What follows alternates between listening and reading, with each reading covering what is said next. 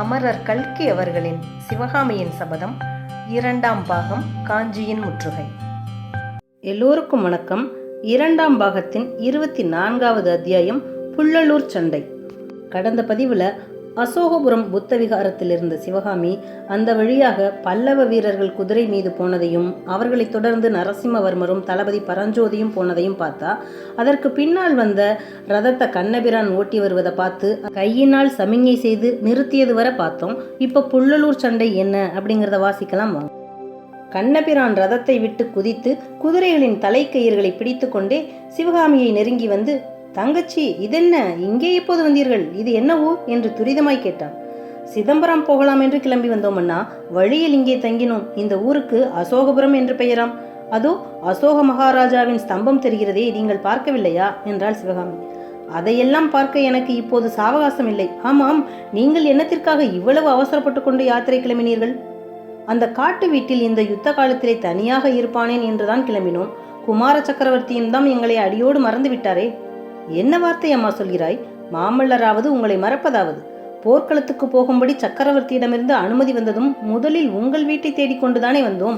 வீடு பூட்டி கிடந்ததை கண்டதும் மாமல்லருக்கு என்ன கோபம் வந்தது தெரியுமா? 8 மாதம் எங்களை எட்டி பாராமலே இருந்தவருக்கு கோபம் வேறையா? போகட்டும், எங்கே இப்படி எல்லோரும் தலைதெறிக்க ஓடுகிறீர்கள்? புள்ளலூர் சண்டையை பற்றி கேள்விப்படவில்லையா என்று சொல்லிக்கொண்டே கண்ணன் ரதத்தில் ஏறினான். ஓஹோ, சண்டைக்கு பயந்து கொண்டா இப்படி ஓடுகிறீர்கள் என்று சிவகாமி பரிகாச சிரிப்புடன் கேட்டார். இல்லை அம்மா, இல்லை. சண்டைக்கு பயந்து ஓடுகிறவர்களை நாங்கள் துரத்தி கொண்டு ஓடுகிறோம். தங்கச்சி, நீ மட்டும் இங்கேயே இருந்தால் நான் திரும்பி வரும்போது இந்த ரதத்தின் சக்கரத்தில் கங்கபாடி அரசன் துர்விநீதனை கட்டி கொண்டு வருவதை பார்ப்பாய் என்றான்.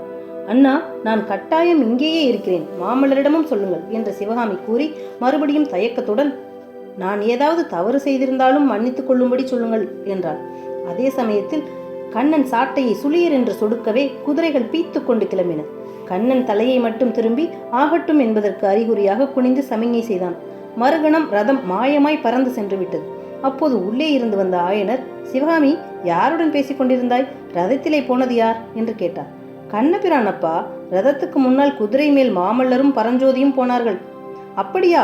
நாம் அவர்களை விட்டுவிட்டு வந்தாலும் அவர்கள் நம்மை விடமாட்டார்கள் போலிருக்கிறதே. அவர்கள் நமக்காக வரவில்லையப்பா. நமக்காக அவர்கள் ஏன் வரப்போகிறார்கள்?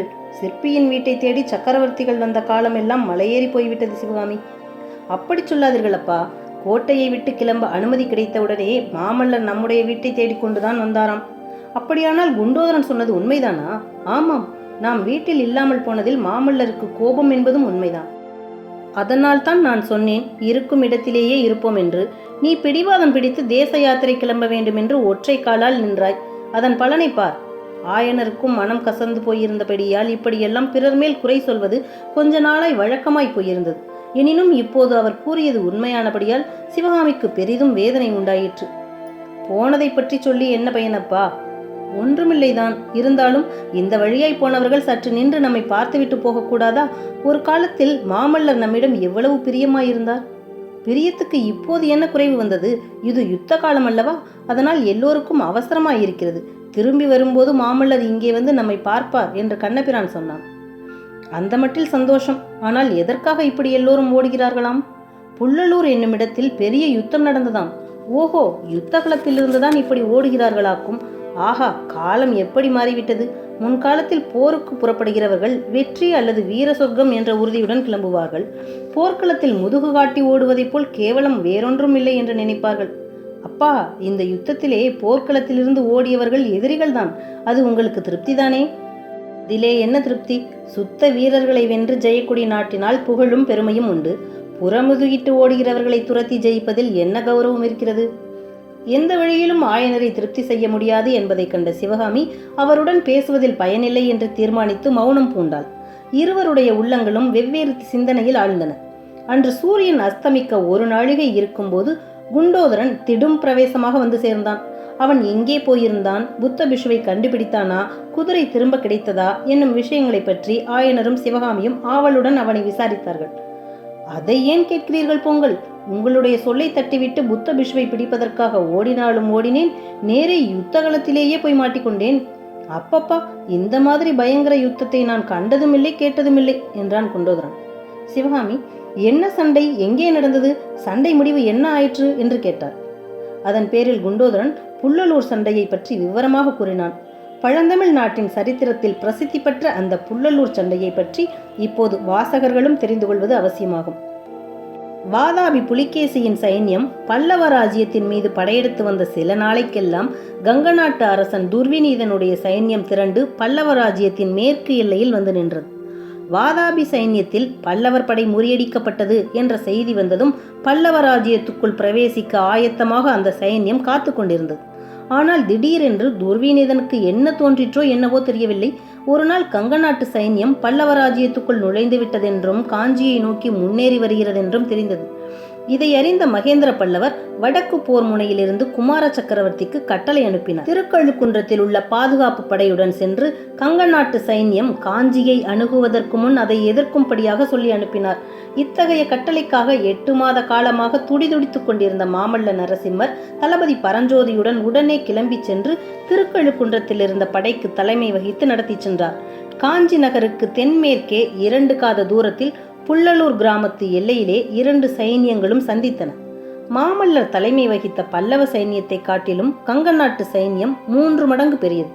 ஆனாலும் மாமல்லரின் வீரப்படை கங்க நாட்டு சைன்யத்தின் மேல் எதிர்பாராத சமயத்தில் இடி விழுவது போல் விழுந்தது. மாமல்லரும் பரஞ்சோதியும் கையாண்ட யுத்த தந்திரங்களும் போர்க்களத்தில் முன்னணியில் நின்று நிகழ்த்திய வீரச் செயல்களும் பல்லவ வீரர்களுக்கு இணையில்லாத உற்சாகத்தையும் துணிச்சலையும் அளித்தன. போர் உச்சநிலை அடைந்த போது கங்க சைன்யத்தை மற்றொரு பக்கத்திலிருந்து இன்னொரு புதிய படை தாக்குவதாக வதந்தி உண்டாயிற்று. அவ்வளவுதான்.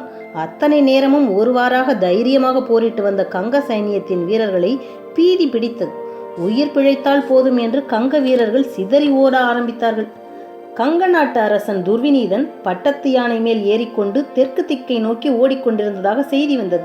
அவனை எப்படியாவது சிறைப்படுத்த வேண்டும் என்று தீர்மானித்து மாமல்லரும் பரஞ்சோதியும் பல்லவ சைன்யத்தை சிறு சிறு படைகளாக பிரித்து தெற்கு நோக்கி பல வழிகளிலும் போகச் சொல்லிவிட்டு தாங்களும் அதே திசையில் அதிவேகமாக சென்றார்கள்.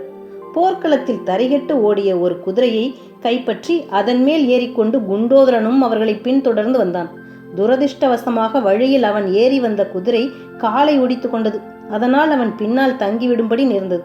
குதிரையை அப்படியே விட்டுவிட்டு கால்நடையாக நடந்து அசோகபுரம் வந்து சேர்ந்ததாக குண்டோதரன் கூறி முடித்தான்.